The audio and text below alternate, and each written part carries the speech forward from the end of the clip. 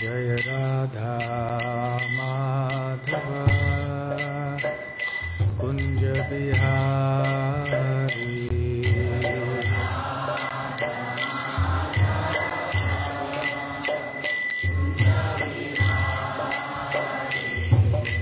जय गोपीजन वल्लभ गिरिवरधारी।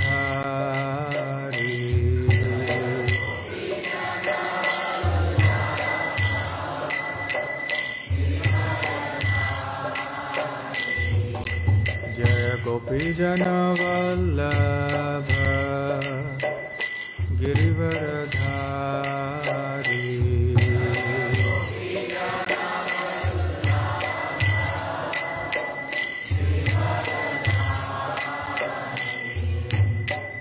यशोदानंदन व्रजजनरंजन।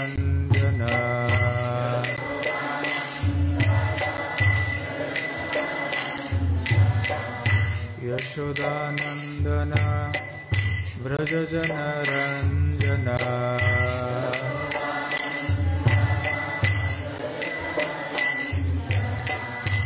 यमुनातीरा वनचारी।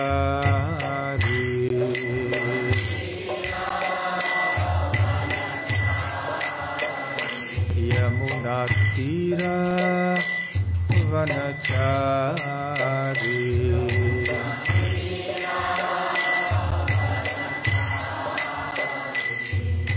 जय राधा माधव कुंज बिहारी।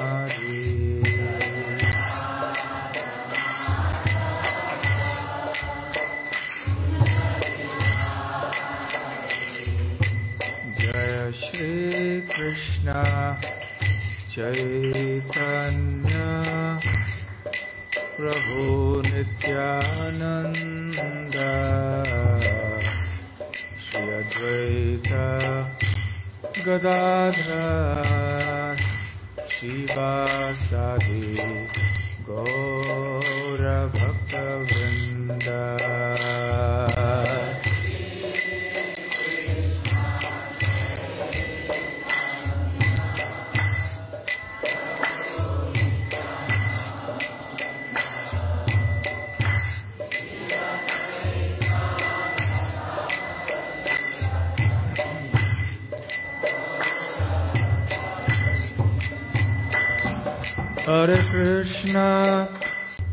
हरे कृष्णा कृष्णा कृष्णा हरे हरे, हरे राम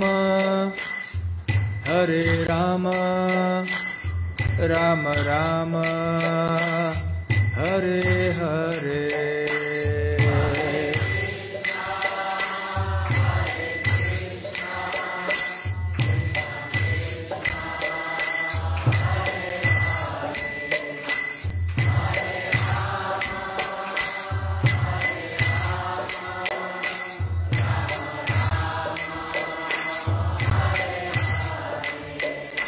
हरे कृष्णा कृष्णा कृष्णा हरे हरे, हरे राम राम राम हरे हरे।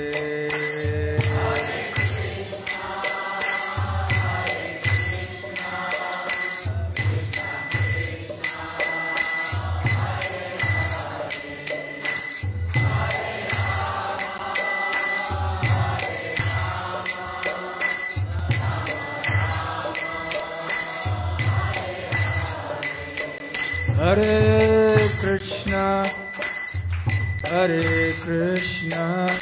कृष्णा कृष्णा हरे हरे, हरे राम राम राम हरे हरे।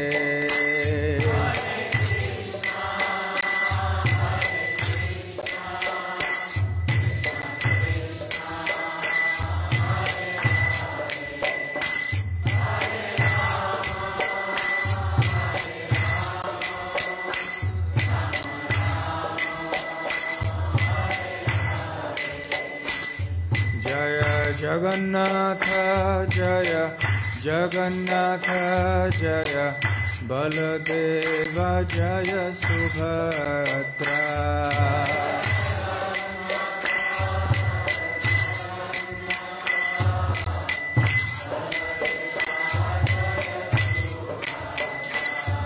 जय गौरनिताय जय गौरनिताय जय गौरनिताय जय गौरनिताय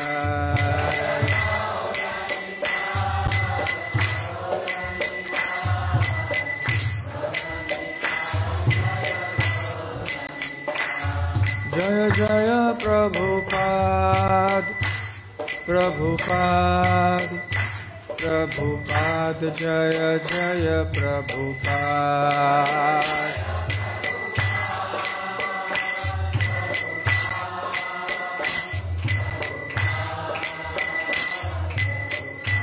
निताय गौरा हरि बोल हरि बोल हरि बोल निताय गौरा हरि बोल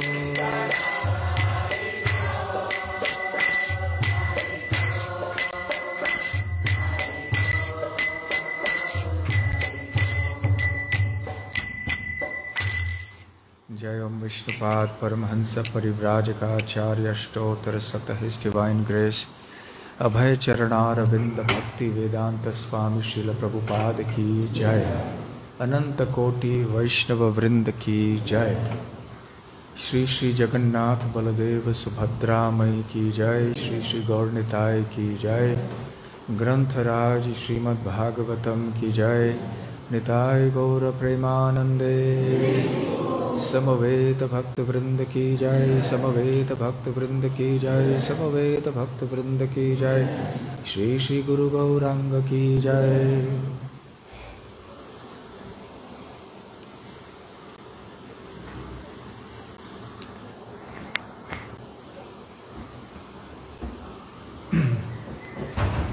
ओम नमो भगवते वासुदेवाय ओम नमो भगवते वासुदेवाय ओम नमो भगवते वासुदेवाय नारायणं नमस्कृत्य नरं चैव नरोत्तमं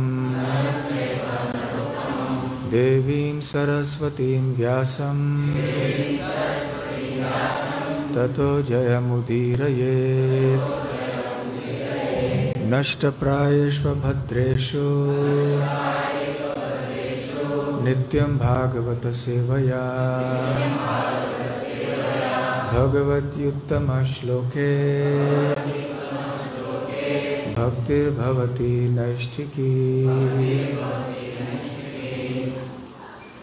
ग्रंथराज श्रीमद् भागवतम पहला स्कंद 8वां अध्याय महारानी कुंती द्वारा प्रार्थना तथा परीक्षित की रक्षा। श्लोक संख्या 21।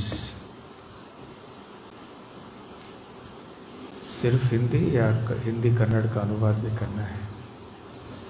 ओनली हिंदी? तो कैसे कर समाई?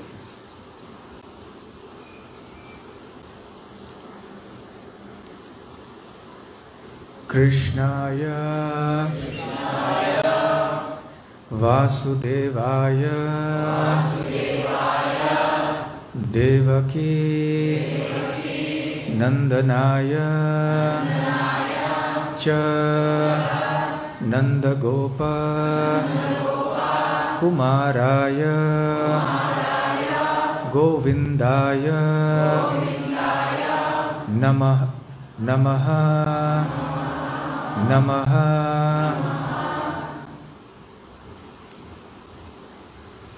कृष्णाय वासुदेवाय देवकी नंदनाय च नंदगोपकुमाराय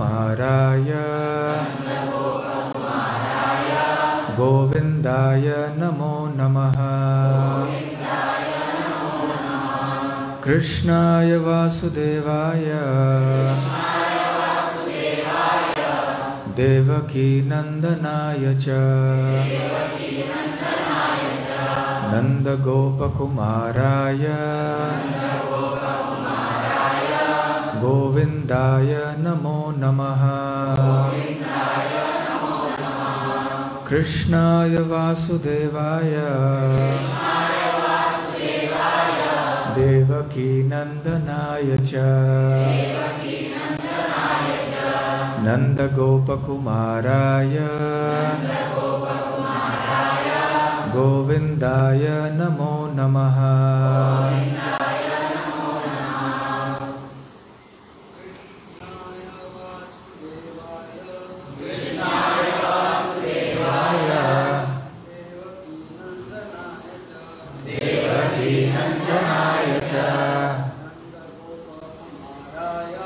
नंदगोपकुमाराय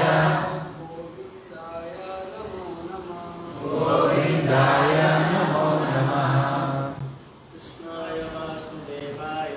कृष्णाय वासुदेवाय देवकी नंदनाय च नंदगोपकुमाराय गोविंदाय नमो नमः। कृष्णाय वासुदेवाय देवकी नंदनाय च नंदगोपकुमाराय गोविंदाय नमो नमः। माताजी। कृष्णाय वासुदेवाय देवकी नंदनाय च नंदगोपकुमाराय गोविंदाय नमो नमः। कृष्णाय वासुदेवाय देवकी नंदनाय च नंदगोपकुमाराय गोविंदाय नमो नमः। कृष्णाय वासुदेवाय देवकी नंदनाय च नंदगोपकुमाराय गोविंदाय नमो नमः।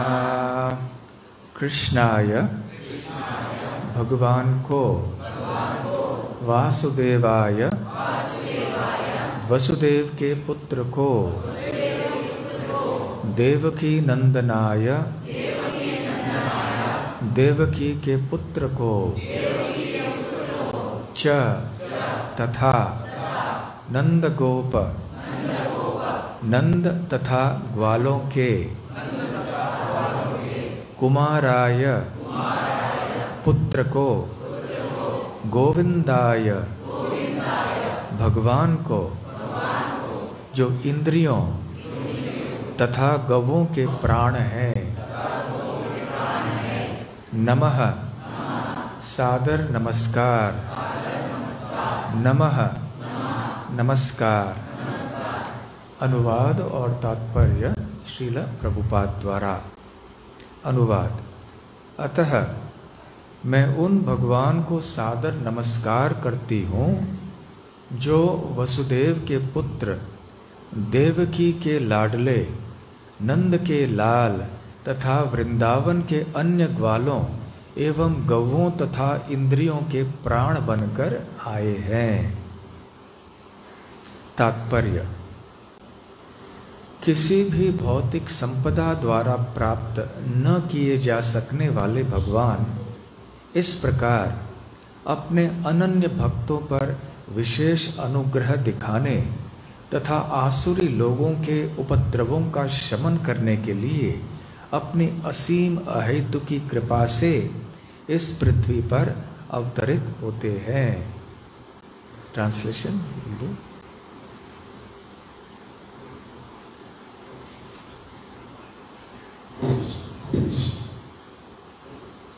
Sentence by sentence.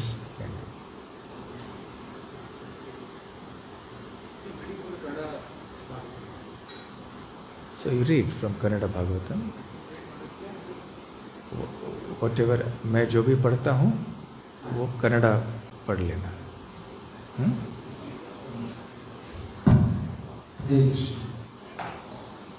अनुवाद.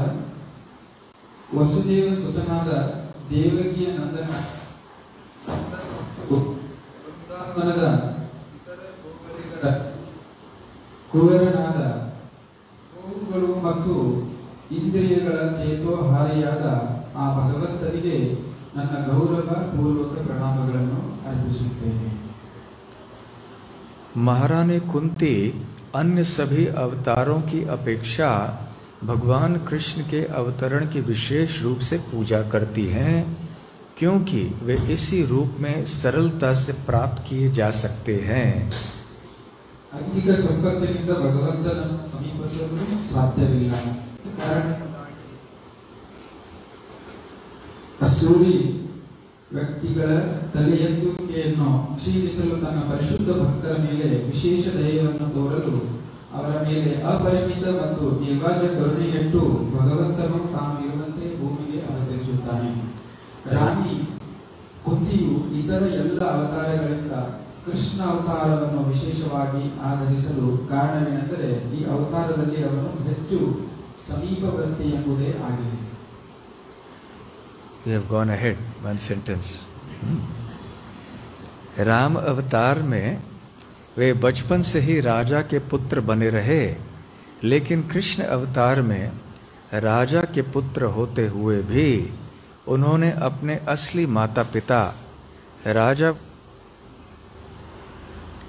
राजा वसुदेव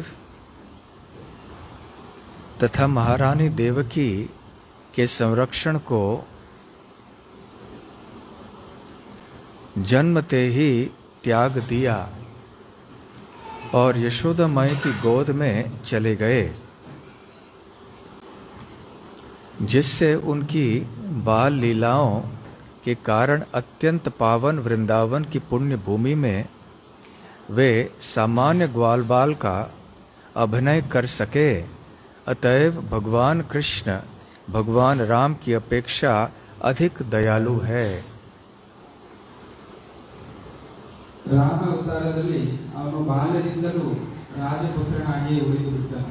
ಆದರೆ ಕೃಷ್ಣ ಅವತಾರದಲ್ಲಿ ರಾಜಪುತ್ರನಾಗಿಯೂ ಹುಟ್ಟಿದ ಕೂಡಲೇ ತಂದೆ ತಾಯಿಯ ಆಸೆಯನ್ನು ತೊರೆದು ರಾಜ ವಸುದೇವ ಮತ್ತು ರಾಣಿ ದೇವಕಿ ಯಶೋದ ತಾಯಿಯು ತೊಡೆಯೇರಿದನು. वे कुंती के भाई वसुदेव तथा उनके परिवार के प्रति साउंड सिस्टम कुछ ठीक नहीं है. शुकदेव गोस्वामी को ज़रूरत नहीं थी जब उन्होंने भागवत बोला है. अभी हम लोग कलयुग में रहते हैं तो वे कुंती के भाई वसुदेव तथा उनके परिवार के प्रति विशेष रूप से अत्यंत दयालु थे. यदि कृष्ण वसुदेव तथा देवकी के पुत्र रूप में जन्म न लिए होते तो महारानी कुंती उन्हें अपना भतीजा मानकर इतने वात्सल्य भाव से उन्हें संबोधित न कर पाती. ಕುಂತಿಯ ಸಹೋದರನಾದ ವಸುದೇವ ಮತ್ತು ಅವನ ಕುಟುಂಬದವರ ಬಗ್ಗೆ ಅವನಿಗೆ ಸಂದೇಹವಾಗಿಯೂ ತುಂಬಾ ಕರುಣಾಮಯಿಯಾಗಿದ್ದನು. ಅವನು ವಸುದೇವ ಮತ್ತು ದೇವಕಿಯರ ಮಗನಾಗಿದ್ದರೆ ರಾಣಿ ಕುಂತಿಯು ಅವನನ್ನು ತನ್ನ ಸಹೋದರನೆಂದು ವಾರಸುದಾರಿಕೆಯನ್ನು ಹೇಳಿಕೊಳ್ಳಲಾಗುತ್ತಿರಲಿಲ್ಲ. किंतु अधिक भाग्यशाली तो नंद और यशोदा हैं, जिन्होंने भगवान की बाल लीलाओं का रस लूटा, जो अन्य लीलाओं से अधिक मनोहारी है.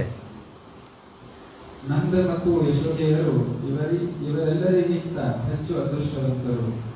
ಅವರು ಅವನ ಬಾಲಲೀಲೆಗಳನ್ನು ನೋಡಿ ಆನಂದಿಸಿದರು. व्रजभूमि वृंदावन में प्रदर्शित की गई उनकी बाल लीलाओं के समान अन्य कुछ नहीं है. जो चिंतामणि धाम के नाम से ब्रह्म संहिता में वर्णित मूल कृष्ण लोक में हो रही उनकी सनातन लीलाओं का एक नमूना है। ಬ್ರಜಭೂಮಿಯಲ್ಲಿ ಅವನು ತೋರಿದ ಬಾಲಲೀಲೆಗಳಿಗೆ ಸಮಾನವಾದವು ಬೇರಾವೂ ಇಲ್ಲ. ಈ ಬಾಲಲೀಲೆಗಳು ಬ್ರಹ್ಮ ಸಂಹಿತೆಯಲ್ಲಿ ಚಿಂತಾಮಣಿ ಧಾಮ ಎಂದು ವರ್ಣಿತವಾಗಿರುವ ಮೂಲ ಕೃಷ್ಣ ಲೋಕದಲ್ಲಿನ ಅವನ ನಿತ್ಯ ಲೀಲೆಗಳ ಪ್ರತೀಕವಾಗಿವೆ. भगवान श्री कृष्ण व्रजभूमि में अपने दिव्य पार्षदों तथा राज सामग्री के साथ स्वयं अवतरित हुए थे। ಭಗವಾನ್ ಶ್ರೀಕೃಷ್ಣನು ತನ್ನೆಲ್ಲ ದಿವ್ಯ ಸನ್ನಿವೇಶ ಮತ್ತು ಪರಿಕರಗಳೊಂದಿಗೆ ರಜಭೂಮಿಯಲ್ಲಿ ಅವತರಿಸಿದನು. ऐसे करते हैं, मैं बाकी पढ़ लेता हूँ, उसके बाद यू रीड द रिमेनिंग। इसलिए श्री चैतन्य महाप्रभु ने पुष्टि की है कि व्रजभूमि के वासियों के समान अन्य कोई भाग्यशाली नहीं है और उनमें भी गोपियाँ विशेष रूप से भाग्यशालिनी हैं, क्योंकि उन्होंने भगवान की प्रसन्नता के लिए अपना सर्वस्व न्यौछावर कर दिया। वे नंद तथा यशोदा के साथ, ग्वालों के साथ तथा विशेष रूप से ग्वाल बालों एवं गौओं के साथ अपनी लीलाओं के कारण गोविंद कहलाए। गोविंद रूप में भगवान ब्राह्मणों तथा गौओं के प्रति विशेष सदय हैं, जिसका अर्थ है कि मानवीय संपन्नता बहुत कुछ इन्हीं दो बातों पर निर्भर करती है।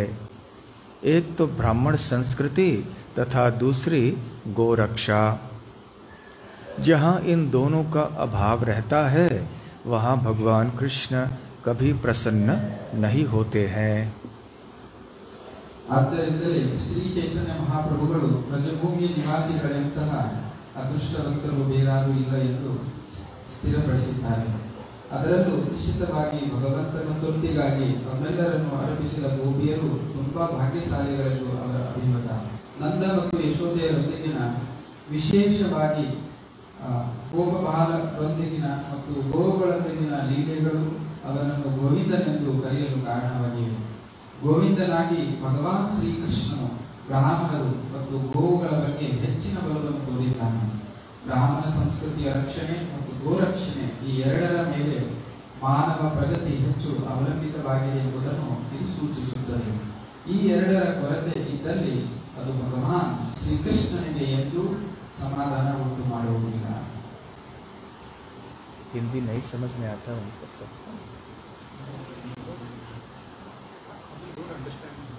don't understand.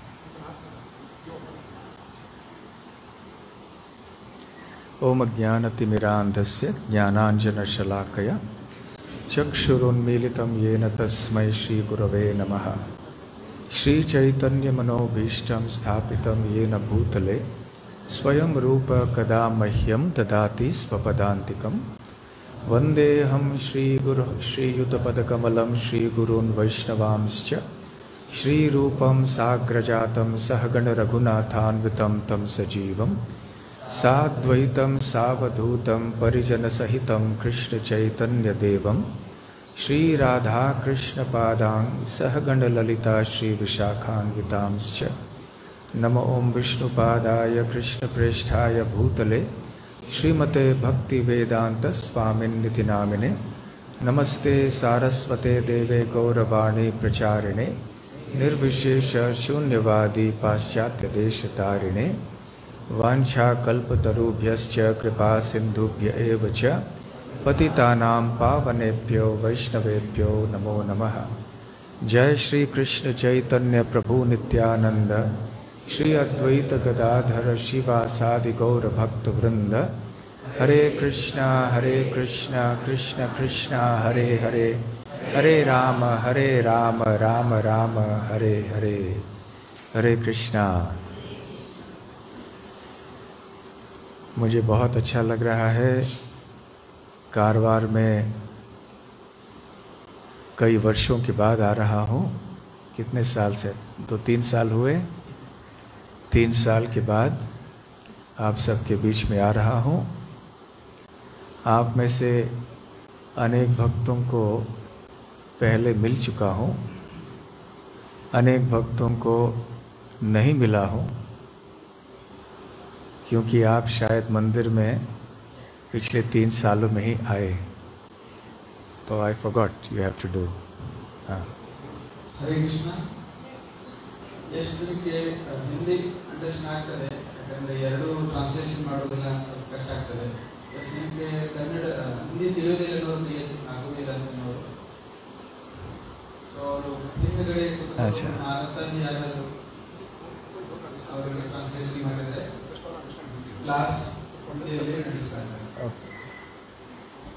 ಯಾರಿಗೆ ತಿಳಿದಿಲ್ಲ ಹಿಂದ್ಗಡೆ ಕೂತ್ಕೊಳ್ಳಿ, ಒಬ್ಬರು ಮಾತಾಜಿಗಳು ಟ್ರಾನ್ಸ್ಲೇಷನ್ ಮಾಡಿ. ಮತ್ತೆ ಈ ಕಡೆ ಯಾರಿದ್ದೀರಿ? ಪ್ರೊಫೆಸರ್ ಸೈಡ್ ಇಲ್ಲ, ಮಾತಾಜಿಗಳು ಯಾರಿಗೆ ತಿಳಿದಿಲ್ಲ ಹಿಂದ್ಗಡೆ ಒಬ್ಬರು ಯಾರು ಮಾತಾಜಿ ಅವರಿಗೆ ಹೇಳಿದ್ರು. कन्नड़ ಗೊತ್ತಿಲ್ಲ, इसलिए हिंदी में बोलना है. हरे कृष्ण. श्वेता माता जी ट्रांसलेट ಮಾಡ್ತಾ ಇರೋದು.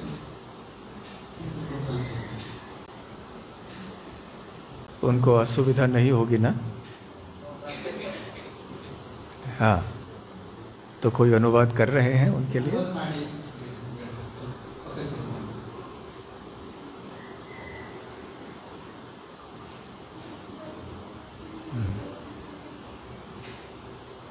हाँ. हरे कृष्ण. ನಮಗೆ ಒಂದು ಸೌಭಾಗ್ಯ ಇದೆ, ಪರಮ ಪೂಜ್ಯ ಭಕ್ತಿರಸಂ ಮಹಾರಾಜರು ಇಲ್ಲಿ ಮಂದಿರಕ್ಕೆ ಬಂದಿದ್ದಾರೆ ಇವತ್ತು. ಸುಮಾರು 3 ವರ್ಷಗಳ ನಂತರ ಇಲ್ಲಿ ಬರ್ತಾ ಇದ್ದಾರೆ. ನಮಗೆಲ್ಲ ಬಂದು 2018ರಲ್ಲಿ ರಥಯಾತ್ರೆ ಸಮಯದಲ್ಲಿ ಫಸ್ಟ್ ಟೈಮ್ ಬಂದಿದ್ರು. ಸುಮಾರು ಜನ ನೋಡಿಲ್ಲ, ಆಮೇಲೆ ನಂತರ ಬಂದರು. ಆಲ್ರೆಡಿ ಮಹಾರಾಜರ ಬಗ್ಗೆ ನಾವೇನು ಕೇಳ್ತಾ ಇದ್ದೀವಿ ಇಲ್ಲಿ ಕ್ಲಾಸಿಗೆ ಹೋದಾಗ. ಸೊ ಮಹಾರಾಜರು ಬೆಳಗಾಂ ಮಂದಿರದ ಅಧ್ಯಕ್ಷರಿದ್ದಾರೆ. ಸುಮಾರು 35 ವರ್ಷಗಳಿಂದ ಮಹಾರಾಜರು ಈ ಸಂಸ್ಥೆಯಲ್ಲಿದ್ದಾರೆ. ಒಬ್ಬ ವರಿಷ್ಠ ನಾಯಕರಲ್ಲಿ ಒಬ್ಬರು. ಇಸ್ಕಾನ್ದಲ್ಲಿ ಅನೇಕ ಸ್ಥಾನಗಳಲ್ಲಿ ಅವರಿಗೆ ಬಹಳಷ್ಟು ರೆಸ್ಪಾನ್ಸಿಬಿಲಿಟಿ ಇದೆ. ಬೇರೆ ಬೇರೆ ದೇಶಗಳಿಗೆ ಹೋಗಿ ಅವರು ಪ್ರಚಾರ ಮಾಡ್ತಾರೆ. ಅನಂತರ ಇಲ್ಲಿ ಬೆಳಗಾಂ ಮಂದಿರ ಒಂದು ಗೋಕುಲ್ ಅಂತ ಒಂದು ಸ್ಥಾನ ಇದೆ, 400 ಎಕರೆ ಜಮೀನಿನ ಒಂದು ಸ್ಥಾನ ಇದೆ. ಅಲ್ಲಿ ವರ್ಣಾಶ್ರಮದ ಸಿಸ್ಟಮ್ ಪ್ರಕಾರ ಅಲ್ಲಿ ಆಕಳ ರಕ್ಷಣೆ ಮತ್ತೆ ಆಧುನಿಕ ಯುಗದಲ್ಲಿರುವಂತಹ ಏನು ಫೆಸಿಲಿಟೀಸ್ ಅವ್ರು ಯೂಸ್ ಮಾಡಿದ್ರೆ ನಾವು ಹೇಗೆ ಜೀವನ ಮಾಡಬೇಕೆನ್ನುವಂಥದ್ದನ್ನ ಒಂದು ಅಲ್ಲಿ ಉದಾಹರಣೆ ಮೂಲಕ ತೋರಿಸಿ ಒಂದು ಪ್ರಾಜೆಕ್ಟ್ ಅಲ್ಲಿ ನಡೀತಾ ಇದೆ. ಸೊ ಹಾಗೆ ಮಹಾರಾಜರು ಎಲ್ಲ ಕಡೆ ತಿರುಗಿ ಪ್ರಚಾರ ಮಾಡ್ತಾರೆ, ಮತ್ತೆ ಅನೇಕ ಯುವಕರಿಗೂ ಕೂಡ ಅವರು ಪ್ರಚಾರ ಮಾಡ್ತಾರೆ. ಸೊ ನಮ್ದು ಇವತ್ತು ಸೌಭಾಗ್ಯ ಇದೆ. ಸೊ ಅವರ ಮುಖಾರವಿಂದದಿಂದ ನಾವು ಅವರ ಕೇಳಿ ಮತ್ತೆ ನಮ್ಮ ಜೀವನ ಸಾರ್ಥಕಗೊಳಿಸಲಿಕ್ಕೆ. ಸೊ ಒಂದ್ಸರಿ ಹರೇ ಕೃಷ್ಣ ಮಹಾಮಂತ್ರ ಹೇಳಿ ಮಹಾರಾಜರಿಗೆ ನಾವು ಈ ಮಂದಿರದಲ್ಲಿ ಸ್ವಾಗತ ಮಾಡುವ. ಹರೇ ಕೃಷ್ಣ ಕೃಷ್ಣ ಕೃಷ್ಣ ಹರೇ ಹರೇ, ಹರೇ ರಾಮ ರಾಮ ರಾಮ ಹರೇ ಹರೇ. Hare Krishna. That seems to be better than this one. I have to speak. Let's see. Let me see. Hare Krishna. Hare Krishna. Hare Krishna. This is better. Just keep the wire.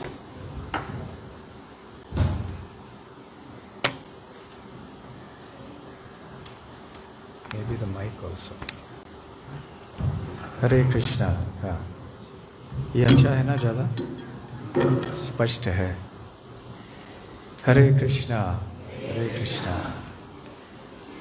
तो मैं बहुत सरल हिंदी में बात करूँगा और धीरे धीरे बात करूँगा, ताकि जिनको हिंदी अच्छी तरह से नहीं आती है वो भी आसानी से समझ पाएंगे. आई तो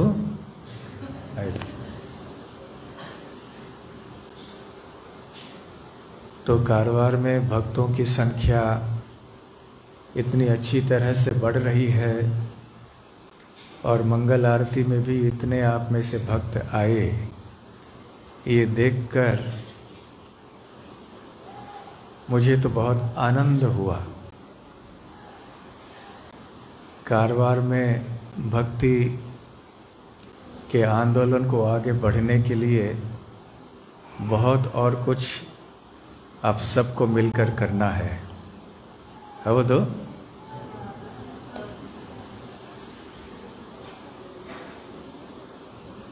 ये जो श्लोक है आज का, ये कुंती महारानी ने अपनी प्रार्थना में कही। श्रीमद् भागवतम के पहले स्कंद के 8वें अध्याय में बहुत प्रसिद्ध कृष्ण स्तुति है या कृष्ण के प्रति प्रार्थनाएं है। कुंती महारानी कौन है? पांडवों की माता, भगवान कृष्ण की परम भक्त हैं। और इन प्रार्थनाओं से हम समझ सकते हैं कि कुंती महारानी कितनी बड़ी भक्त है। तो भगवान के भक्ति के मार्ग में कोई भेद नहीं है, कोई नीचा कोई ऊंचा, कोई इस जाति का उस जाति का, इस भाषा का उस भाषा का, कोई शिक्षित अशिक्षित, पुरुष स्त्री, कोई फर्क नहीं पड़ता है। भक्ति मार्ग में हर एक कोई व्यक्ति भक्ति में आगे बढ़ सकते हैं। कुंती महारानी के बारे में कभी ऐसे नहीं सुना गया है कि वो विश्वविद्यालय में गई, उन्होंने वहाँ जाकर बहुत सारी डिग्रियाँ प्राप्त कर लीं, ऐसे नहीं सुनाई देता है। परंतु उनकी प्रार्थनाएं बड़े बड़े दार्शनिकों के लिए बहुत ही श्रवणीय विषय है। श्रवणीय अर्थात सुनने योग्य।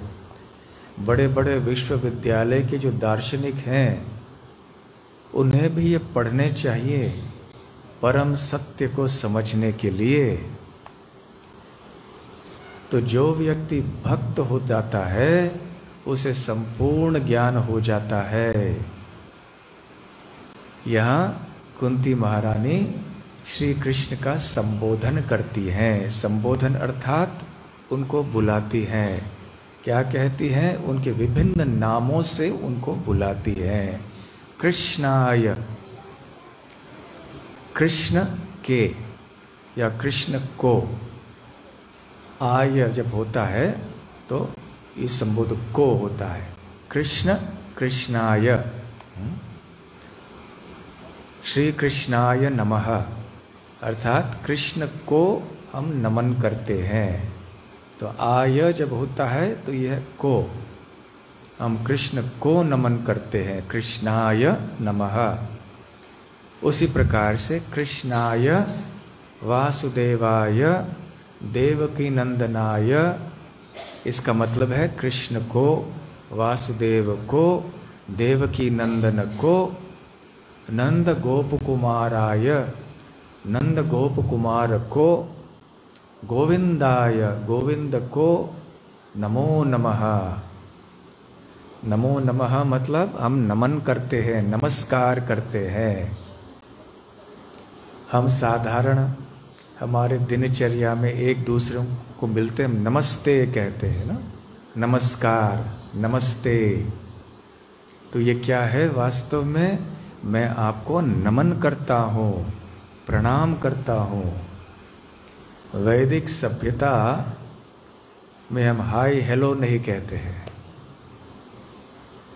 हम नमस्कार बोलते हैं, नमस्ते, या हाथ जोड़ के हरे कृष्णा।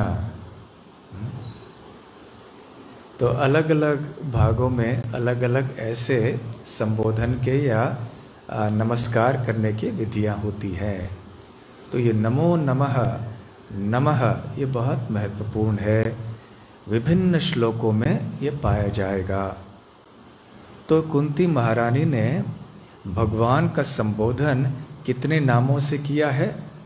कृष्ण, वासुदेव, देवकी नंदन, नंद गोप कुमार और गोविंद। तो भगवान को उन्होंने यहाँ पे इस श्लोक में 5 नामों से पुकारा है। अभी ये बताइए, भगवान कृष्ण के या भगवान के कितने नाम हैं? अनंत नाम है, क्योंकि भगवान अनंत है। तो भगवान के संबंध में जो भी कुछ है वो अनंत है।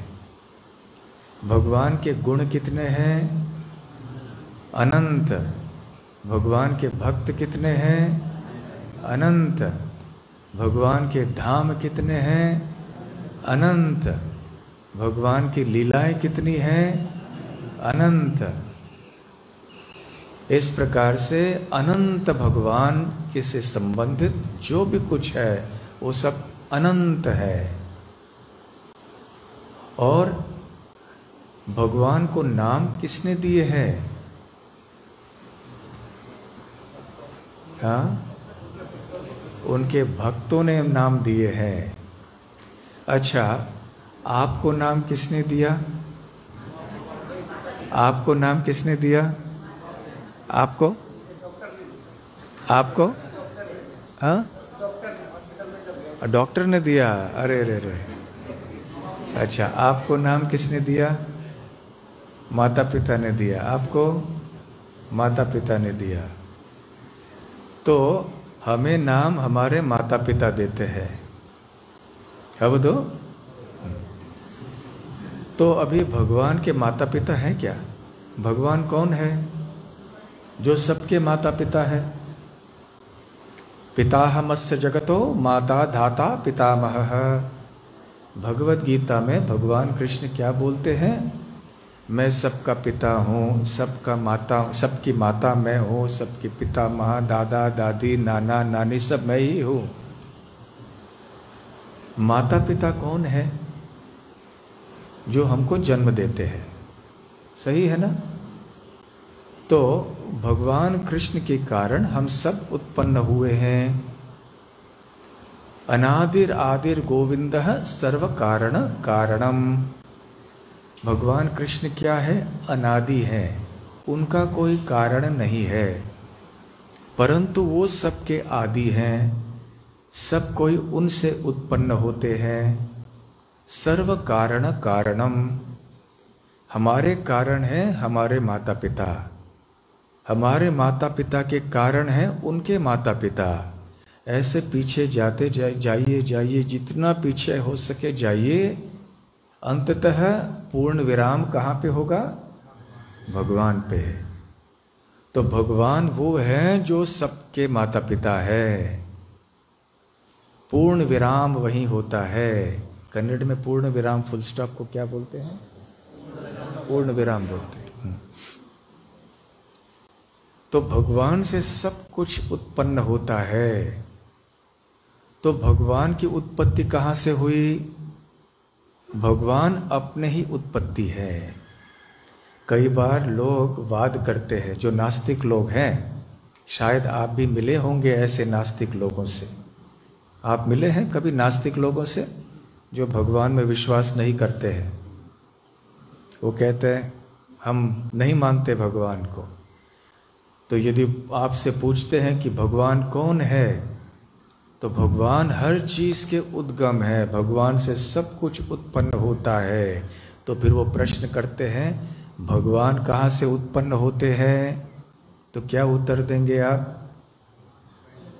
भगवान कहाँ से उत्पन्न होते हैं, क्या उत्तर देंगे?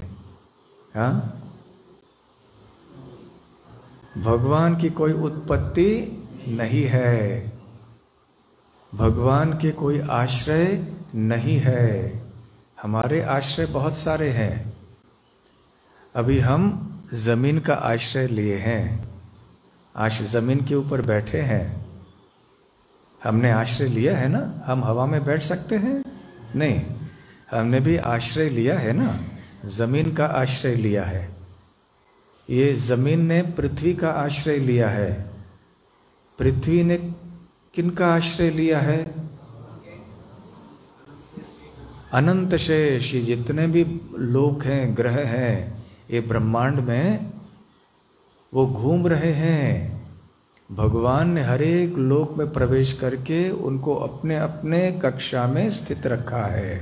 भगवत गीता में क्या कहते हैं भगवान? गाम आविश्य च भूतानि धारण्यहम ओजसा। वो कहते हैं मैं हर एक लोक में प्रवेश करता हूँ और मेरी ओजस शक्ति से सारे लोगों को मैं धारण करता हूँ। तो कोई भी वस्तु, कोई भी व्यक्ति भगवान की शक्ति के बिना स्थित नहीं हो सकता है। तो पृथ्वी भी भगवान की शक्ति पर निर्भर है। अनंत शेष जो कि भगवान के अवतार हैं, उन्होंने पृथ्वी को धारण किया हुआ है। अनंत शेष कहाँ से उत्पन्न होते हैं? भगवान विष्णु से। भगवान अंततः से पीछे जाएं तो मूल कारण भगवान कृष्ण हैं। तो भगवान कृष्ण हम सबके मूल आश्रय हैं। और भगवान श्री कृष्ण के आश्रय कौन है? स्व आश्रय आश्रय, वो अपने ही आश्रय हैं, उनके लिए कोई अन्य आश्रय नहीं है। तो इस तरह से भगवान के कोई आश्रय नहीं है, उनके कोई माता, उत्पत्ति उनकी कहीं से नहीं होती है, तो फिर उनके माता पिता कैसे हो सकते हैं? उनको किसने नाम दिया? हमें नाम वो लोग देते हैं जिनका जन्म हमसे पहले हुआ है ना? बराबर। लेकिन भगवान कृष्ण से पहले कुछ है ही नहीं, तो उनके माता कहाँ से हो सकते हैं? उनके पिता कहाँ से हो सकते हैं? उनके वरिष्ठ कौन हो सकते हैं? तो कौन उनको नाम दे सकते हैं? तो ये है तत्व, दर्शन, फिलॉसफी। परंतु और एक बात है जो बहुत महत्वपूर्ण है, उसको कहते हैं लीला। लीला, तत्व और लीला, ये दो शब्द याद रखिए। कौन से शब्द? तत्व, लीला। तत्व का अर्थ क्या है? तत्व जो सत्य है, जो दार्शनिक सत्य है। ठीक है? बहुत मुश्किल है कि सीधा है? समझ रहे हैं? दार्शनिक सत्य, उसको तत्व बोलते हैं। और लीला क्या है? खेल, खेलना। जैसे एक राजा है, राजा सारे देश का स्वामी है, जितने भी प्रजा है वो सब राजा को मानते हैं, राजा के हर एक वचन को मानते हैं। हम पुराने काल के राजतंत्र की बात करते हैं, आजकल की बात नहीं। तो राजा जो चाहे वो कर सकता था। तो इस प्रकार से राजा है और प्रजा है, तो राजा की बातों को प्रजा मानती है। तो इस तरह से आगे जब भगवान के राज्य में जितनी सारी प्रजा है, उनकी बात हम सब मानते हैं, उनके आदेश के अनुसार हम चल रहे हैं। तो भगवान के आदेश के अनुसार सारी सृष्टि चलती है। तो उनको आदेश देने वाले कौन है? कोई नहीं है। तो ये है सत्य। परंतु वही राजा अपने कमरों में अपने पोते को अपने कंधे पे, पीठ पे बिठा के वो घोड़ा बन जाते हैं, और उनका पोता जो है वो उनको बोलता है चलो घोड़ा चलो, और राजा को बड़ा आनंद आता है इसमें। और उसका पोता उसके साथ कुश्ती करता है और राजा हार जाते हैं। वही राजा जो युद्ध भूमि में इतने शूरवीर होते हैं, शक्तिशाली होते हैं, अनेक योद्धाओं को हरा सकते हैं, परंतु अपने छोटे से पोते के सामने हार जाते हैं। तो एक है तत्व, जो राजा एकदम शक्तिमान है, बहुत शूरवीर है, यह है तत्व, सबको हरा देते हैं। परंतु लीला क्या है? वो अपने पोते के सामने हार जाते हैं। उसी तरह से भगवान का तत्व क्या है? वो सब चीजों के उद्गम है। भगवत गीता में भगवान बार बार इसी चीज को बोलते हैं। कोई श्लोक आप बता सकते हैं? हाँ, अहम सर्वस्य प्रभवो मत्तः सर्वं प्रवर्तते इति मत्वा भजन्ते माम बुध भाव समन्विताः। भगवान कृष्ण कहते हैं कि ये संपूर्ण भौतिक सृष्टि, आध्यात्मिक सृष्टि मुझसे ही उत्पन्न होती है। जो इस तत्व को भली भांति जान लेता है, वो हृदय पूर्वक मेरी भक्ति करता है, मेरी सेवा करता है। तो ये है भगवान का तत्व कि भगवान से सब कुछ उत्पन्न होता है, परंतु वही भगवान जब लीला करते हैं तो अपने आप को एक ग्वाल बाल समझते हैं। आपका कोई पेशा है, आप कोई नौकरी व्यापार करते होंगे ना, तो आप क्या करते हैं? बैंक में आप काम करते हैं, तो आपका पेशा है बैंक की नौकरी करना, सही? तो हर एक है, आप क्या करते हो? छात्रा है ना, स्कूल में पढ़ती है ना, स्कूल में, तो इनका पेशा वो छात्रा है, स्कूल में पढ़ती है। तो इस तरह से यहाँ सबका पेशा है, तो भगवान का नहीं होना चाहिए क्या? भगवान का क्या काम है? भगवान का क्या व्यवसाय है?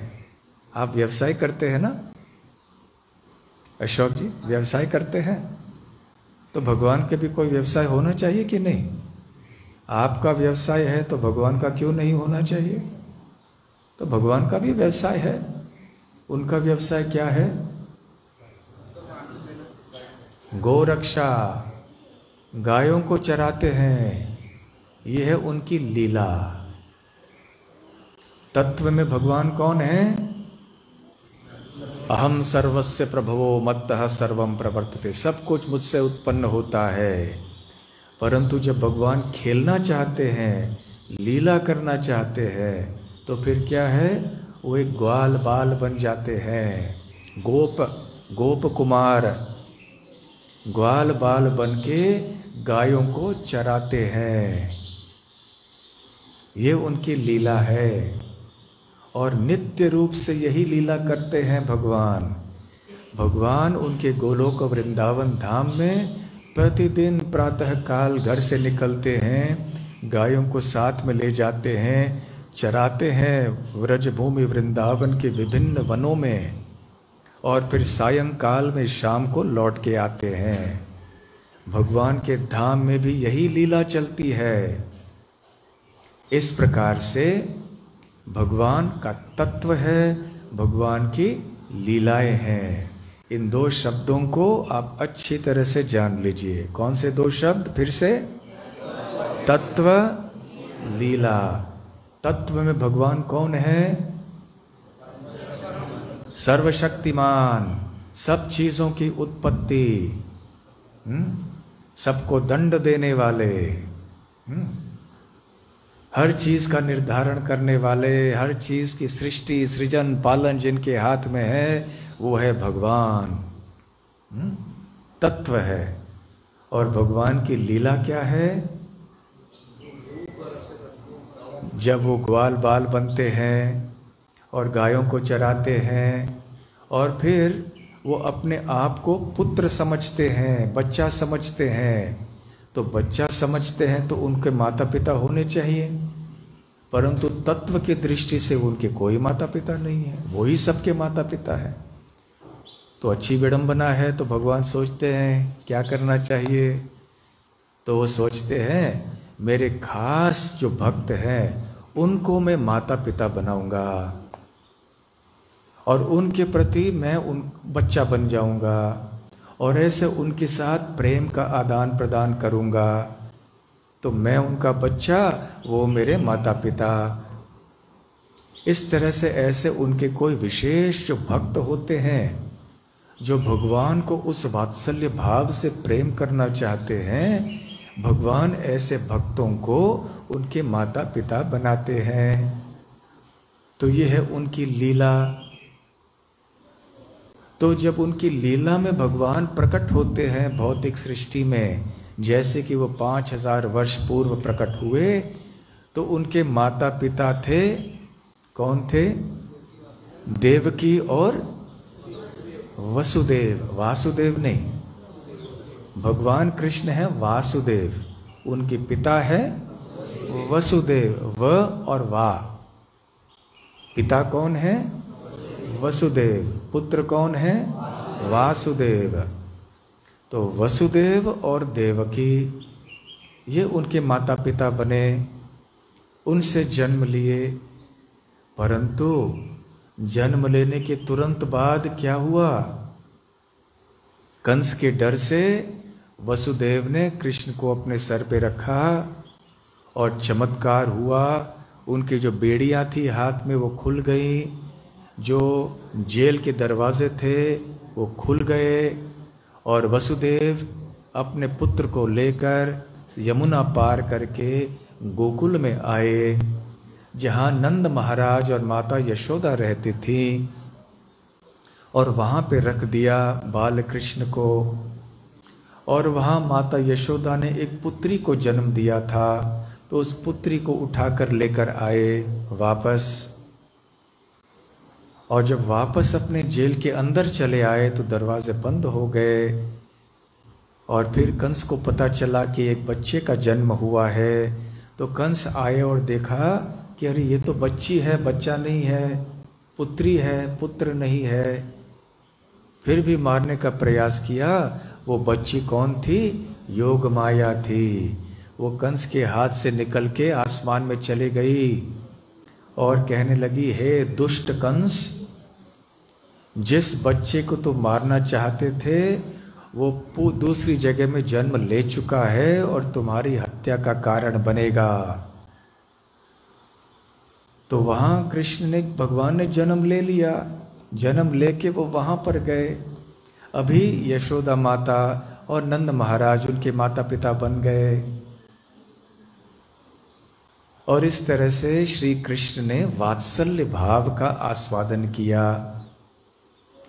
वृंदावन में, गोकुल में माता यशोदा और नंद महाराज के साथ। फिर नामकरण संस्कार हुआ। माता पिता ही करते हैं ना नामकरण संस्कार। तो वो भगवान जिनका कोई नाम नहीं है, वो भगवान जो सबके माता पिता है, अभी उनके भक्तों के पुत्र बन गए। इसलिए उनके भक्तों ने उनको बहुत सारे नाम दे दिए, अनंत नाम दे दिए हैं। तो जितने भी नाम भगवान के हैं वो सारे के सारे नाम उनके भक्तों ने उनको दी है। इस प्रकार से नामकरण के समय कौन से नाम लगे भगवान कृष्ण, भगवान को कौन से नाम आपने पढ़ा है ना? कृष्ण लीला बोलिए, कृष्ण के कौन से नाम लगे? हाँ, कृष्णा और गोविंदा, केशव, ऐसे बहुत सारे नाम। परंतु नामकरण के संस्कार में कृष्ण नाम रखा गया ना। तो कृष्ण, तो कृष्णाय, कृष्ण शब्द का अर्थ क्या है? सांवला। जो सांवले रंग के होते हैं वो कृष्ण। इसलिए स्त्रीलिंग जो है, इसलिए यमुना, द्रौपदी, उनका नाम है कृष्णा, दीर्घ। और कृष्ण ये पुल्लिंग है, ये भगवान कृष्ण का संबोधन है, तो उनका नाम रखा गया कृष्ण। परंतु कृष्ण का अर्थ क्या है? कृषिर्भूवाचकः शब्दः णश्च निर्वृतिवाचकः तयोर ऐक्यम परम ब्रह्म कृष्ण इति अभिधीयते। तो कृष्ण शब्द के दो अक्षर हैं, कृष और ण। कृष्ण मतलब क्या है? सर्व आकर्षक। आकर्षण से कृष, कृष और आकर्षण। और ण का मतलब है दिव्य आनंद। तो कृष और ण, इन दो अक्षरों को जोड़ के क्या होता है? जो सर्व आकर्षक दिव्य आनंद की मूर्ति है वो है कृष्ण, जो परम सत्य है, भगवान है। तो भगवान कृष्ण कौन है? परम आनंद, सर्व आकर्षक, ये है भगवान कृष्ण। इसलिए प्रभुपाद जी बोलते हैं कि कृष्ण ये भगवान का सबसे महत्वपूर्ण नाम है। भगवान के अनंत नामों में से ये कृष्ण सबसे महत्वपूर्ण, सबसे मधुर नाम है। क्योंकि कृष्ण शब्द से हम जान सकते हैं कि भगवान सर्व आकर्षक हैं और दिव्य आनंद की मूर्ति हैं, और हमें भी वो आकर्षित करते हैं और दिव्य आनंद प्रदान करते हैं। और फिर वासुदेवाय, तो वासुदेव, तो कृष्ण का नाम वासुदेव क्यों रखा गया? क्योंकि वो वसुदेव के पुत्र हैं, इसलिए वासुदेव। वसुदेव वासुदेव। कुंती कौंतेय, कौन है कौंतेय? अर्जुन या कुंती के पुत्र। तो उसी प्रकार से वसुदेव के पुत्र हुए वासुदेव। और देवकी नंदन, उनका नाम नंदन। नंदन अर्थात क्या है? नंद, आनंद प्रदान करने वाले को नंद नंदन कहते हैं, या नंदिनी बच्ची हो तो साधारणतः पुत्र को नंदन बताया जाता है, पुत्री को नंदिनी। जैसे श्रीमती राधा रानी का नाम है वृषभानु नंदिनी, वृषभानु महाराज को आनंद प्रदान करने वाली। उसी प्रकार से देवकी नंदन कृष्ण भगवान है, यशोदा नंदन, नंद नंदन, वसुदेव नंदन। तो इस प्रकार से नंदन है जो आनंद प्रदान करते, जो पुत्र हैं। तो देवकी नंदनाय च, तो कुंती महारानी स्वीकार करती हैं कि कृष्ण भगवान जो उनके भतीजे हैं वो वास्तव में देवकी और वसुदेव के पुत्र हैं। वसुदेव और कुंती महारानी के बीच में संबंध क्या है? वसुदेव कुंती के भाई है, अर्थात उनके भतीजे कृष्ण कुंती महारानी के भतीजे हैं। तो इस प्रकार से देवकी नंदन। परंतु देवकी कहाँ रहती हैं? मथुरा में। और कृष्ण कहाँ रहे? वृंदावन में। तो वृंदावन में कृष्ण ने क्या किया?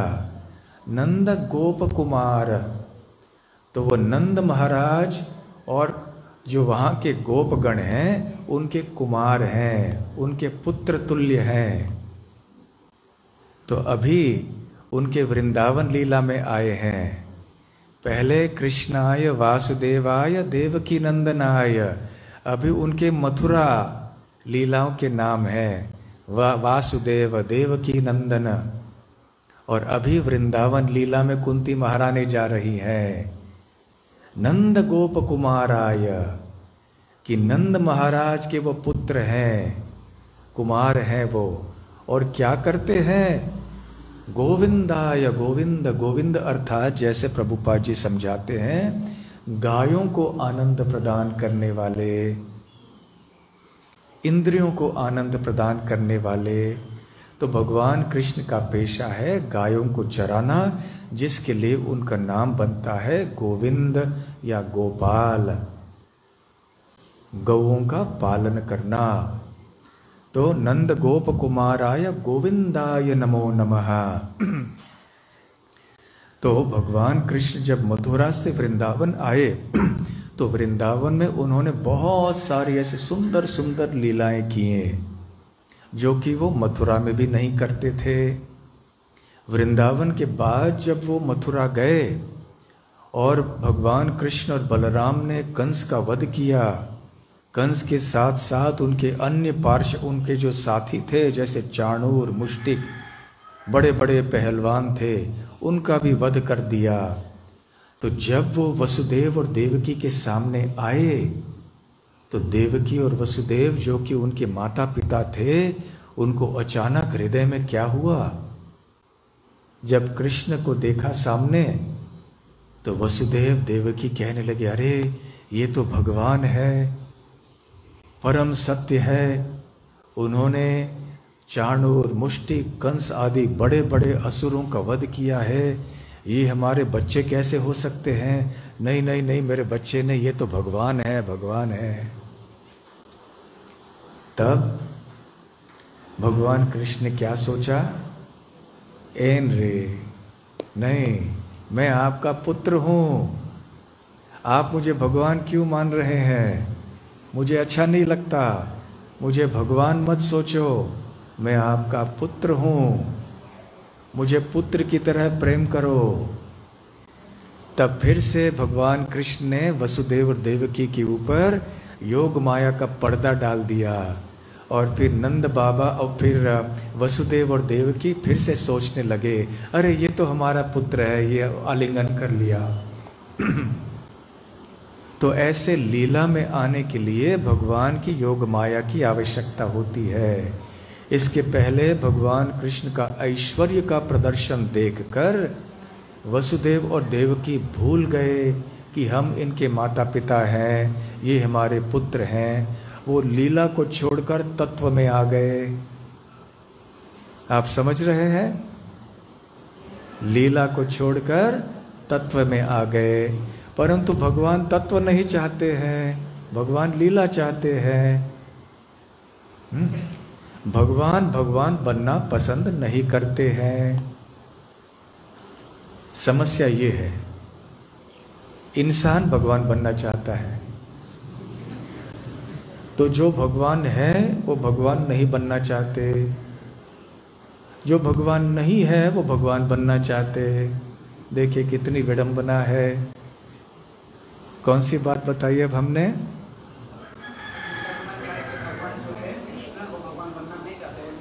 हाँ, भगवान नहीं बनना चाहते, वो लीला करना चाहते हैं। और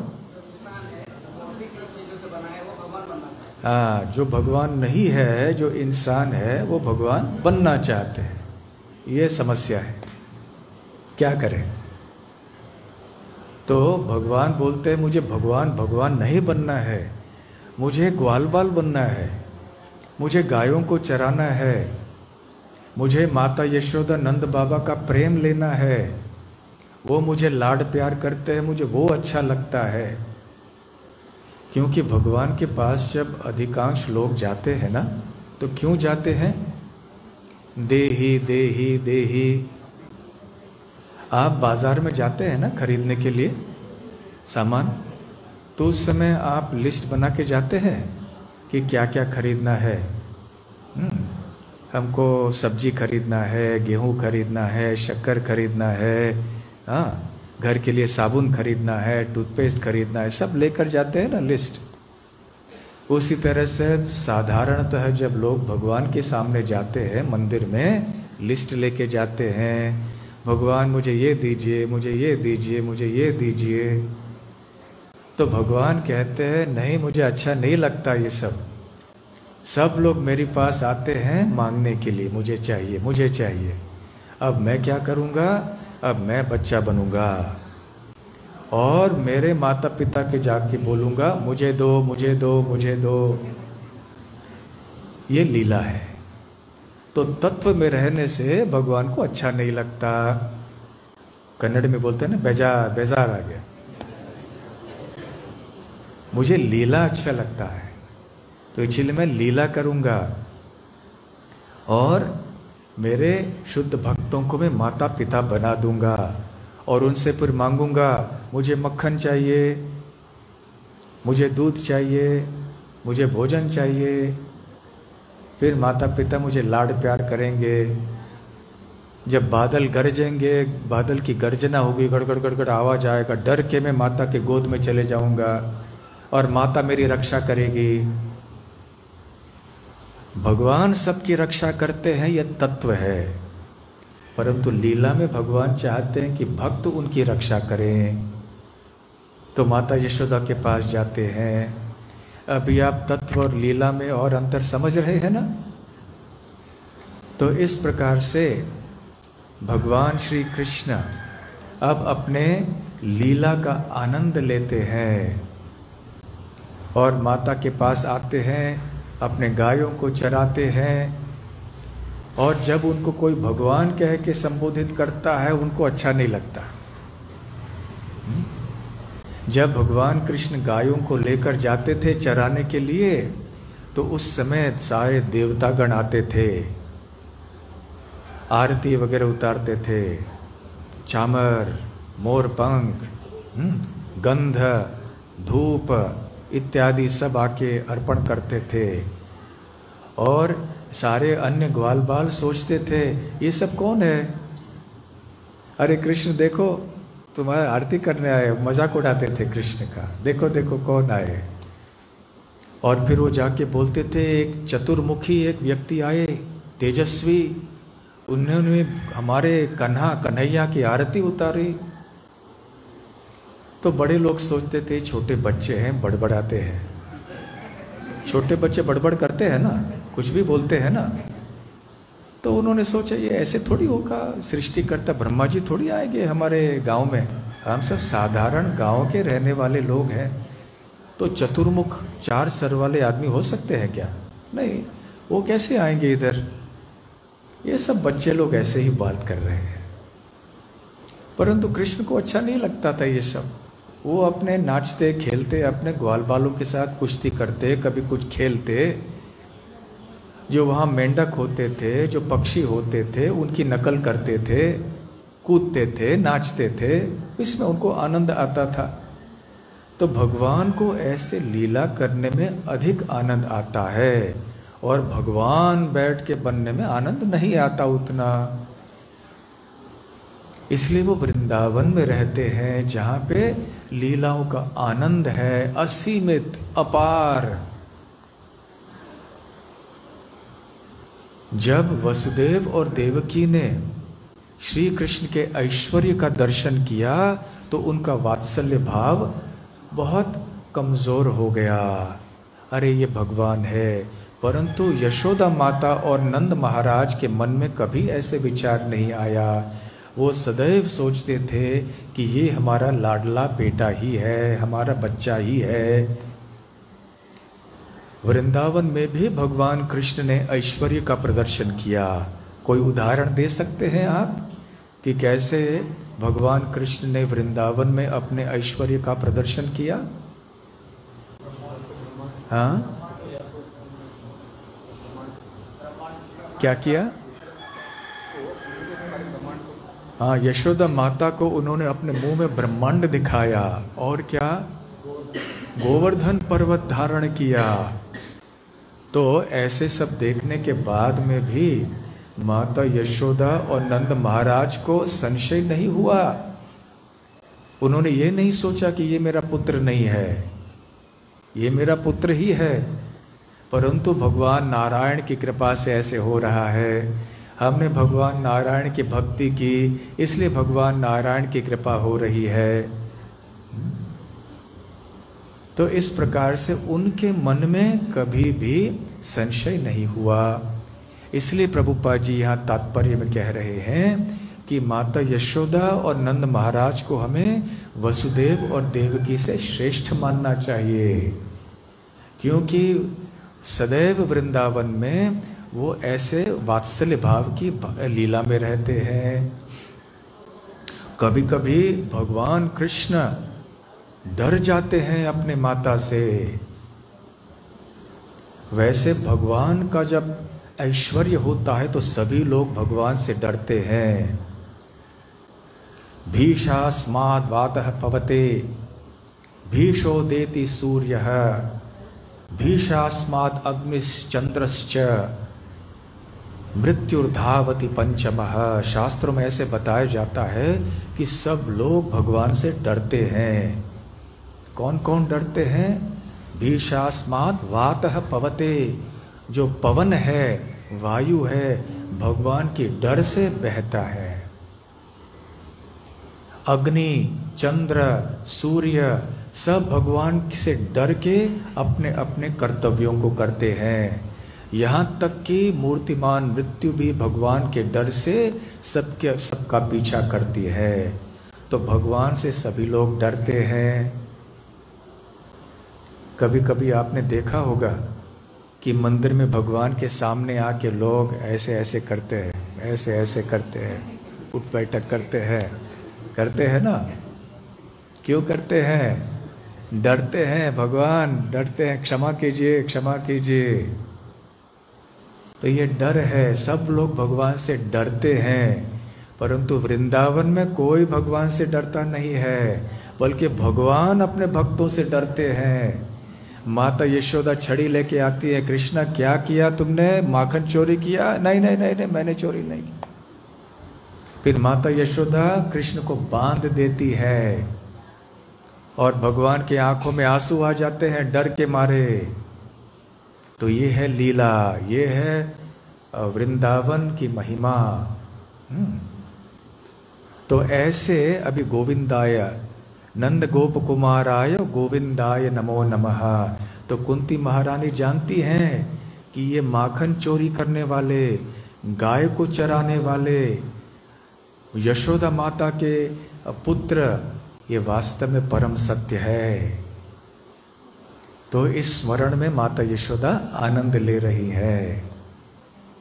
तो किस प्रकार से कृष्ण का भाव है, इसमें अंत में एक छोटी सी कहानी बताकर फिर मैं प्रवचन समाप्त करता हूं। एक बार एक चोर था, तो वो जा रहा था, तो उसने देखा कि वहाँ एक सत्संग में कोई चल रहा है, मंदिर में बहुत सारे भक्त बैठे हैं और एक साधु कुछ प्रवचन दे रहे हैं। तो सोचा कि बहुत सारे लोग दिखते हैं, यहाँ पे भी कोई मेरा ग्राहक मिल जाएगा, किसी से तो चोरी कर सकता हूँ। तो देखता हूँ मंदिर में बैठे बैठे कौन लोग हैं जिनसे मैं चोरी कर सकता हूँ। तो वो आ गए मंदिर में, और उनको प्रवचन में कोई रुचि नहीं थी, वो केवल देख रहे थे कौन बैठा है, किसके पास कुछ चोरी करने लायक वस्तु है, यही देख रहा था। परंतु जब बैठे हैं तो कान में कुछ तो जाएगा ना। तो जो प्रवचन दे रहे थे साधु, वो भगवान कृष्ण का वर्णन कर रहे थे, और बाल भगवान कृष्ण के शरीर, दिव्य शरीर के ऊपर कितने आभूषण है उनका वर्णन कर रहे थे। उनका जो किरीट है, रत्नों से सुशोभित सोने का किरीट, और उनके जो कंकन है सोने के, और मोतियों की माला है, ऐसे सब वर्णन कर रहे थे। तो उस समय चोर के मुंह में पानी आ गया। अरे ये तो सब यहाँ छोटे मोटे लोग बैठे हैं, लेकिन जिनका वर्णन ये कर रहे हैं, इसके पास इतने आभूषण है, इसके पास जाकर मैंने चोरी की तो जीवन भर आराम करके मैं रह सकता हूँ और चोरी करने की आवश्यकता नहीं पड़ेगी। तो उसने क्या किया, ध्यान से सुना कि किस व्यक्ति की बात कर रहे हैं ये, जो इतना धनी है, जिसके पास इतने सारे आभूषण है। तो बहुत ध्यान से सुना, जितने ध्यान से भक्त लोग भी नहीं सुन रहे थे ना, उससे अधिक ध्यान से चोर ने सुनना शुरू कर दिया। और फिर सारा वर्णन किया, कृष्ण दिखने में कैसे हैं, उनके आँखें जो हैं खिले हुए कमलों की पत्रों की तरह हैं, उनके घुंघराले काले बाल कैसे हैं, उनके दांत मोतियों के समान कैसे हैं, उनका अधर कैसा है, उनके कर कमल कैसे हैं। तो वो ध्यान से सुन रहे थे, क्योंकि जिसके पास हम चोरी करने जाएंगे वो कौन है समझना चाहिए ना, रॉन्ग नंबर नहीं होना चाहिए। तो फिर ध्यान से सुन रहे थे कि कृष्ण, अच्छा उनका नाम कृष्ण है, कहाँ रहते हैं, वृंदावन में रहते हैं। तो कृष्ण कृष्ण वृंदावन वृंदावन, ठीक है। और क्या है, उनकी आंखें ऐसी हैं, बाल ऐसे हैं, गाल ऐसे हैं, दांत ऐसे हैं। पूरी ध्यान से सुन लिया उन्होंने। क्यों, वो भूलना नहीं चाहते थे। वृंदावन जाके फिर भूल जाएं कि कैसे दिखते हैं, फिर कैसे समझ में आएगा। तो इतने ध्यान से सुन लिया, जो भी वो प्रवचन करने वाले बोल रहे थे सब सुन के याद रख लिया, और तुरंत निकल गए। और रास्ते में चलते चलते पूछा कि वृंदावन किधर है, तो किसी ने बताया वृंदावन उस तरफ। ये सच्ची घटना है, जो मैं आपको वर्णन करने जा रहा हूँ, एक सच्ची घटना है। फिर वो चलते गए पूछ पूछ के कि वृंदावन कहाँ है, वृंदावन कहाँ है। और लंबी यात्रा थी, और उस समय तो रेलगाड़ी नहीं थी, अन्य गाड़ी नहीं थी, चलते चलते गए वो, और अंततः वृंदावन तक पहुँचे। परंतु इतने दिनों की यात्रा में 24 घंटे वो भगवान कृष्ण को भूले नहीं। क्यों, किनसे चोरी करनी है मालूम होना चाहिए। तो जो वो साधु ने प्रवचन किया था कृष्ण के बारे में, वही वर्णन इसके बारे में स्मरण करते रहे, सोचते रहे। कृष्ण के बाल ऐसे हैं, कृष्ण की आंखें ऐसे हैं, उनकी मोतियों की माला ऐसी है। तो सोचते सोचते जब तक वो पहुंचे वहां तक पूरी तरह से शुद्ध भक्त बन गए थे। और वहां जैसे ही पहुंचे वहां कृष्ण सामने दिखाई पड़े। अरे यही है वो कृष्ण, यही है वो कृष्ण। अरे आओ आओ मेरे पास आओ बच्चा। तो कृष्ण आए, मेरे को ये कंकण दे दो। नहीं नहीं नहीं नहीं, मेरी माता मुझे डांटेगी, वो पूछेगी तुम्हारा कंकण कहाँ है, मैं क्या बोलूँगा। नहीं नहीं नहीं, मुझे दे दो, मैं तुमको मिठाई दूंगा, दे दो, मुझे दे दो। ये मोती की माला मुझे दे दो। नहीं नहीं नहीं, मेरी माता मेरे को डांटेगी, तो माता से बहुत डरता हूँ मैं। नहीं नहीं नहीं। तो अंततः है ऐसे दोनों के बीच में खींचातानी चल रही थी। मुझे दे दो, नहीं नहीं नहीं, दे दो, नहीं नहीं। ऐसे करते करते वो चोर के मन में इतना प्रेम हुआ कृष्ण के प्रति कि वो चोरी करने के लिए मांग नहीं रहा था अभी कृष्ण से। अब इतना प्रेम हो गया कि कृष्ण के इस बर्ताव से उसका हृदय पिघल गया था और वो ऐसे ही दिव्य आनंद लेना चाहता था कृष्ण भगवान के इस तरह के बोलचाल से। और फिर वो वही वृंदावन में रह गया। कृष्ण फिर अदृश्य हो गए और वो फिर वहीं वृंदावन में रहा और वहीं सब कुछ छोड़कर वृंदावन में रह के वो शुद्ध भक्त बन गया। ये सच्ची घटना है एक डाकू के बारे में जो उत्तर भारत में रहता था और फिर वो वृंदावन चला गया। तो वहाँ जाके कृष्ण का जो सौंदर्य है, कृष्ण के जो गुण हैं, कृष्ण की जो लीलाएं हैं, उसने इस चोर को इतना आकर्षित कर लिया कि फिर वो शुद्ध भक्त बन गया। इस प्रकार से हमें भी अपने मन में, नहीं चोरी नहीं, लेकिन मन में भगवान कृष्ण का स्मरण ऐसे करना चाहिए, श्रवण भी ऐसे करना चाहिए। कैसे? जैसे वो वृंदावन में है वैसे।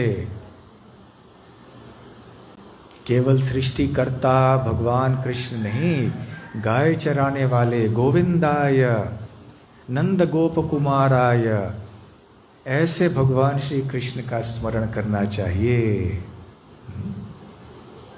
ये हमारे जीवन की सफलता होगी। तो जब प्रभुपाद जी जुहू मंदिर में बंबई में आए थे तो उस समय ऐसे ही एक चोर आया था उधर। उसने सोचा विदेशी लोग बहुत हैं, तो उन्होंने अंदर आके देखा कि सब घड़ी वड़ी है सबके और सब है, तो इनसे चोरी करूँगा। तो वहाँ ये भी सत्य घटना है। और वो बैठे वहाँ और इधर उधर देख रहे थे कि कौन है ये जिनके पास घड़ी है, क्या है। फिर प्रभुपाद जी प्रवचन दे रहे थे। प्रभुपाद जी के प्रवचनों को सुनकर इतने प्रभावित हुए कि चोरी करना भूल गए। फिर प्रवचन समाप्त होने के बाद प्रभुपाद के पास गए। स्वामी जी, मैं आपसे बताना चाहता हूँ, मैं चोर हूँ, मैं यहाँ पे चोरी करने के लिए आया, परंतु आपका प्रवचन सुना तो मैंने सोचा कि मैं बहुत गलत काम कर रहा हूँ, तो इसलिए मैं ये सब छोड़ना चाहता हूँ, मैं आपके शरण में आना चाहता हूँ, आप मुझे आश्रम में ले लीजिए। तो प्रभुपाद जी ने कहा ठीक है, आ जाओ आश्रम में। वो आ गए और आज भी हैं बंबई में, आज भी है। प्रभुपाद जी ने उनको दीक्षा दी, प्रभुपाद जी के शिष्य बने वो, और आज भी वो भक्त है इतने सालों के बाद। और स्वयं बताते हैं कि मैं चोरी करने आया था, लेकिन प्रभुपाद जी ने मेरा दिल ही चोरी कर लिया, मेरा हृदय चोरी कर लिया। तो इस तरह से अभी अंत में आपको एक चेतावनी देता हूँ, वार्निंग। कन्नड़ में वार्निंग को क्या बोलते हैं?